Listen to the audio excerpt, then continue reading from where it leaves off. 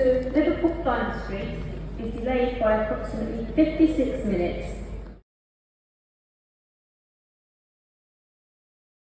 Alright, Liverpool Lime Street. Why get a direct train from Avanti to Euston when I can go the really long and much cheaper way? Let's find out.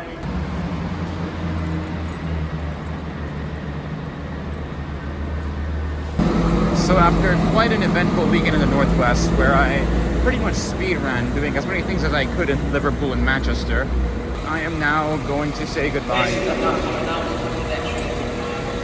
But yeah, I'm taking the long way back because it cost about half as much, more than half as much as my Avanti would have. So let's board this TFW 195 to Chester. A big thank you to Patrick for filming my train leaving the station. This Transport for Wales service runs on a Class 197 between Liverpool and Chester. At the time that I made this trip, that was the furthest extent of the service, but as of the recent TFW schedule, it now extends onto the North Welsh coastline.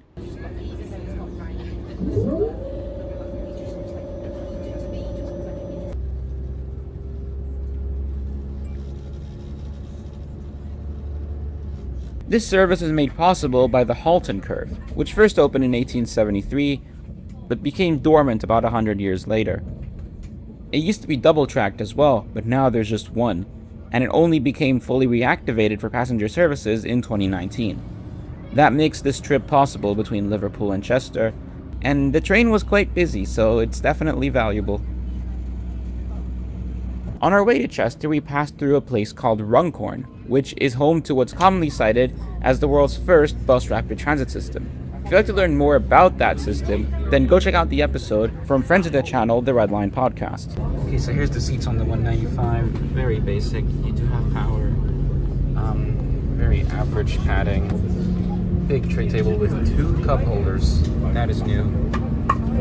That we just crossed, I believe, is the M56. Alright, welcome to Chester, or Caer, as it is pronounced in Welsh. I have like 15 minutes here until my next train. Alright, I am the 1657 to Crewe. It's platform 1. Let's go there. It seems a lot of the faster trains to London from Avanti and stuff are getting massively delayed or even cancelled. So maybe taking a bunch of slow trains is buying me some time to sort of let any issues calm down, because there was an Avanti from Liverpool to Euston that left 15 minutes before my train left Lime Street, I think, and it was cancelled. That was the only train an hour that was direct to London Euston. But before we go to platform 1, we've got Merseyrail over here. This is indeed the very edge of Merseyrail service.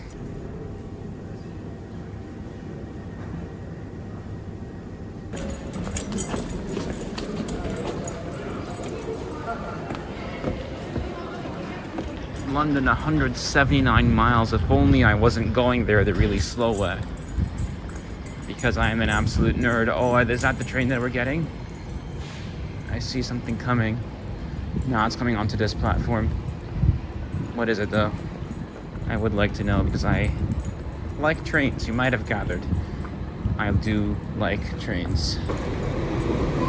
It's another 197.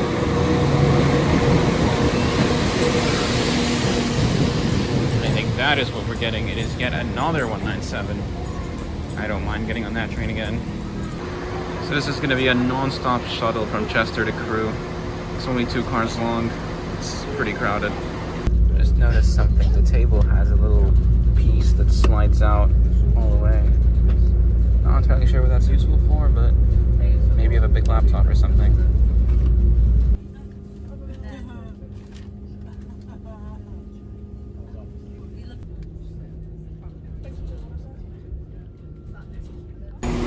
Alright, Crewe. We are sorry that the 1720 London North Western Railway service to Birmingham New Street is delayed by approximately 20 minutes. That's not a good sound. That Avanti is going to Edinburgh, and in a bit of a twist of fate, as I will describe shortly, I might have this really long journey cut a bit short. Let's watch this thing go first. We are sorry that the 1731 Transport Railway service to Manchester Piccadilly is delayed by approximately 11 minutes. So yeah, in a twist of fate that I didn't see coming, we arrived to Crewe here at 5:18, scheduled at 5:20. We got in a bit early. And oh, come on, let me talk. Okay, so basically, the train to... Let me talk. Okay, so the train to London... Oh my god. Train platform 12, terminate and... Okay, one more time. Let's try it. So, the train that I'm booked on is a Northwestern LNWR. Oh god, that braking sucks. But anyway, yeah. So I'm booked on the LNWR at 6:13 because I didn't think I'd make one at 5:13 because that's what Train Split did for me. It didn't book me on the 5:13 because I would have had a negative 5-minute transfer. But the 5:13 is late. It's coming in at 5:27, which I can make, but I don't know if they'll let me on it. I need to go find out in the next 3 minutes. It actually, yeah, wait, show on the board. All right, we're here. I don't know if they'll let me on. For your own safety, you are reminded to stand behind Let the yellow me talk. line. All right, all the research that I've done suggests that I will probably get a talking to if I get on this The train. next train to arrive at platform 5 So I'm not gonna get on will be it. with 17. All right, I suspected I wouldn't be allowed on, and indeed I am not. So I guess my home for the next 50 odd minutes is Crewe. Let's go see what it's like in Crewe. The next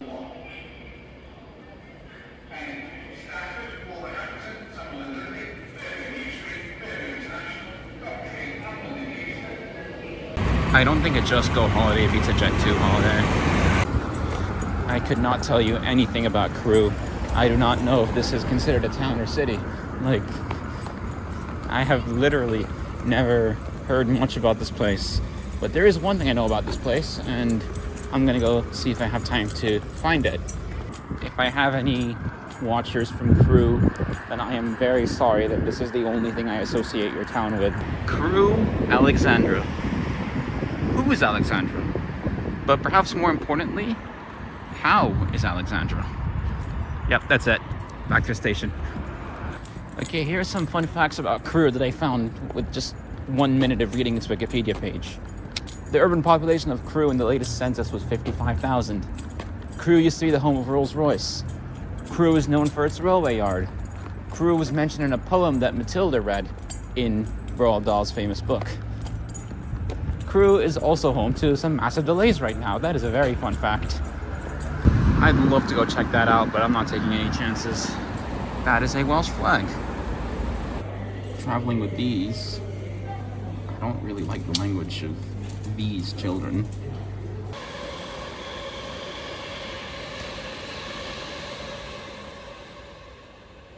My train is now delayed until 6:26. It is just hitting 6 o'clock now. I don't know. Oh, hello there.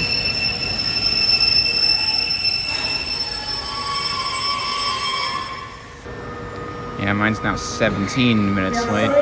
17. I would not be surprised if mine ends up getting cancelled. If I end up needing one of these, I swear, it just gets worse and worse. Platform alteration, train comes on platform 5, awaiting the 18th. Okay, it's now gone up to 6:33. It's a 20-minute delay. I honestly wouldn't mind if they canceled it at this point. I'd rather that. Okay, it was an undefined May I delay. have your attention please on platform 6. It's like every time I look at the sign, a minute is added. Well, I am pleased to announce that the train exists.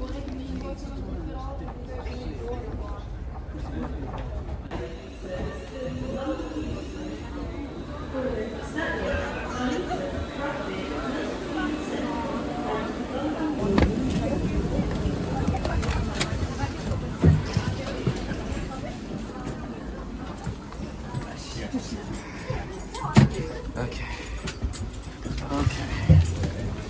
Well, at least we have power, and a table, and AC.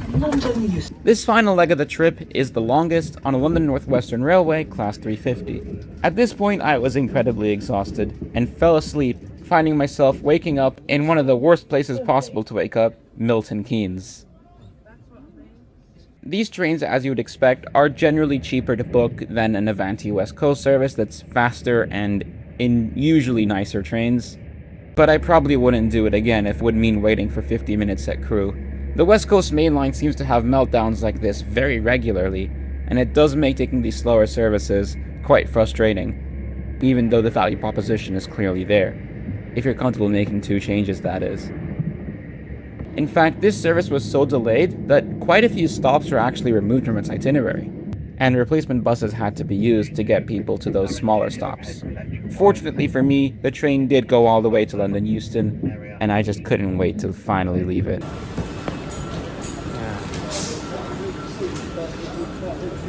Okay. Nearly 5 hours after I got on my first TFW train, I'm at Euston. But that is the end of my November weekend in the Northwest. I hope you enjoyed the videos that I've made from this trip, and I'll definitely be back in the region. I would make a more energetic outro, but I'm tired.